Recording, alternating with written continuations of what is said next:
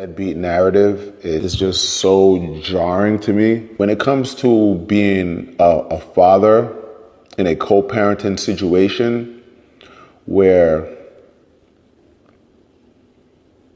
somebody wants to have full control of every single thing and they can't have control, it's just not gonna be a easy transition.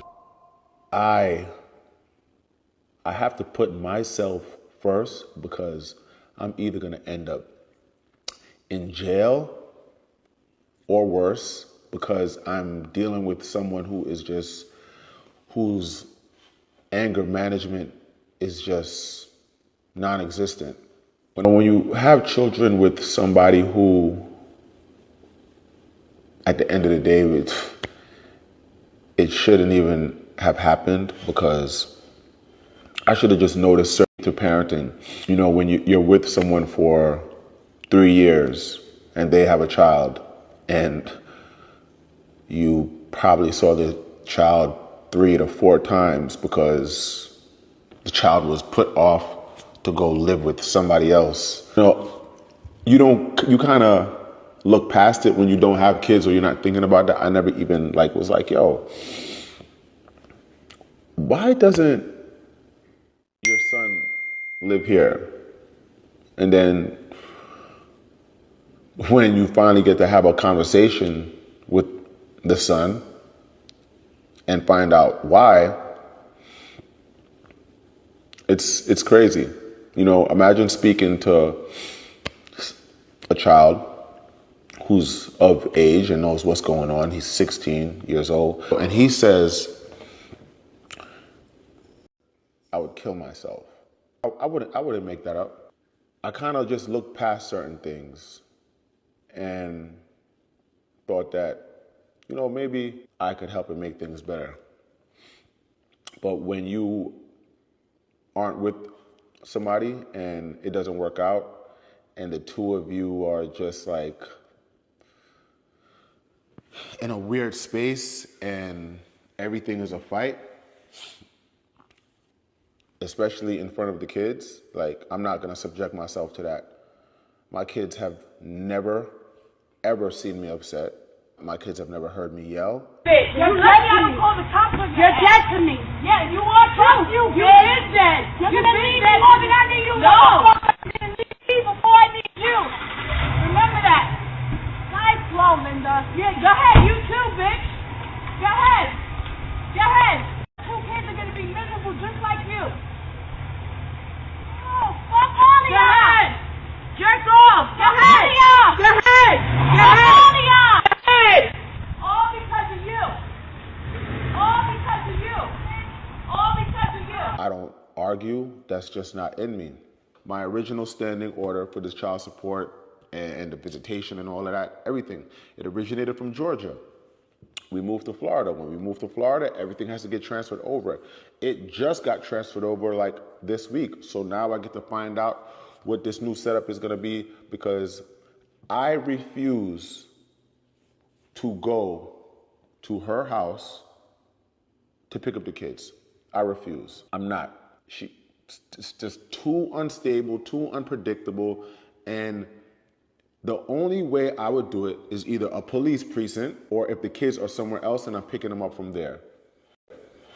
But everything is just done off of spite and being malicious intent on the other end. Me, I don't move like that. I don't live like that. When I was filming Love and Hip Hop, Miami, and I had my kids here calling, oh, where the kids at? What they do? Oh, you better not be filming with the kids. Oh. First of all, I've never filmed with the kids ever by myself on Love and Hip Hop. They're not a part of my storyline. That doesn't make sense to me. I'm not gonna be in the park pushing the kids, playing, oh yeah. Oh. Of course they wanted to see me film with them, but both parents have to sign off on that. Maji's room, ain't no deadbeat doing this. Deadbeats ain't doing this. My daughter's room is bigger than some adults' rooms. And it's just so insane to me how people just, oh yeah, you're a deadbeat. Yo, this is crazy, bro. So Safaree, he showed footage of Erica putting hands on him in front of the kids, going off, screaming, doing all type of shit, yo. Like, I know he was talking about this before, but a lot of people ain't believe him. Trying to say, oh, nigga, you soft, you a cheater, you corny. Like, people was talking so much shit about Safaree. But now that he actually showing footage, like, yo, this is crazy, bro. Erica Mena is a fool. And he definitely not the first person who I heard talk about Erica Mena, how she's crazy, unstable, she do the most. I've been hearing stories about her over the years. I even remember when she was dating Joe Budden baby mama San Santana, like they was going through it.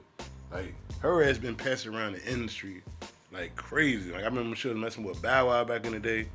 Like Erica Mena, she definitely been around the block. And a lot of people have been saying the same shit about her. Like her mouth is crazy, her attitude. And then Safaree was talking about her 16-year-old son. I didn't even know she had an older son. But he said he'd rather take his own life before he go live with Erica Mena. And Safaree, he was saying like in the beginning, if he would have known how she was, he would have never had children with her. But like in the beginning of you dealing with somebody, you tend to ignore the red flags in hopes that they're gonna change or they're gonna be a better person. But like he seen it from the beginning, like he like, why your son ain't living here? Like, why your son gotta live somewhere else? And he even said out of his mouth, like, the only way I will be able to pick up my kids in her custody if I have a police officer present, or I'm going to pick the kids up from somebody else because he don't even want to be around her no more. Like, it's crazy. And just that footage that's coming out, her doing all that shit in front of the kids, like, yo, that's a big no-no. Like, it's one thing when you arguing as a couple, sometimes the kids might hear it, sometimes the kids might see it, but y'all gonna put hands on each other in front of some young kids, like, that's very traumatizing. Some babies, little ass kids, they do not need to see that shit. Like, if y'all gonna do y'all back and forth, y'all do it somewhere else. And just the fact that she felt comfortable enough to keep putting hands on him, like, it's a lot of women like her. They will keep pushing a man, keep putting hands on him in hopes that they hit back. And as soon as they hit back, she gonna start screaming, police, he beat me, he blacked my eye. Like, girls like her, stay the hell away from him. And I'm not saying that Safaree innocent. I'm pretty sure Safaree did some shit too, but if he didn't put hands on her, it should be no reason for her to put hands on him. Especially in front of the kids. Like, that was terrible, bro. So I hope he get all the help he need and could just figure this shit out, man. What y'all think about this, your boy? Come on.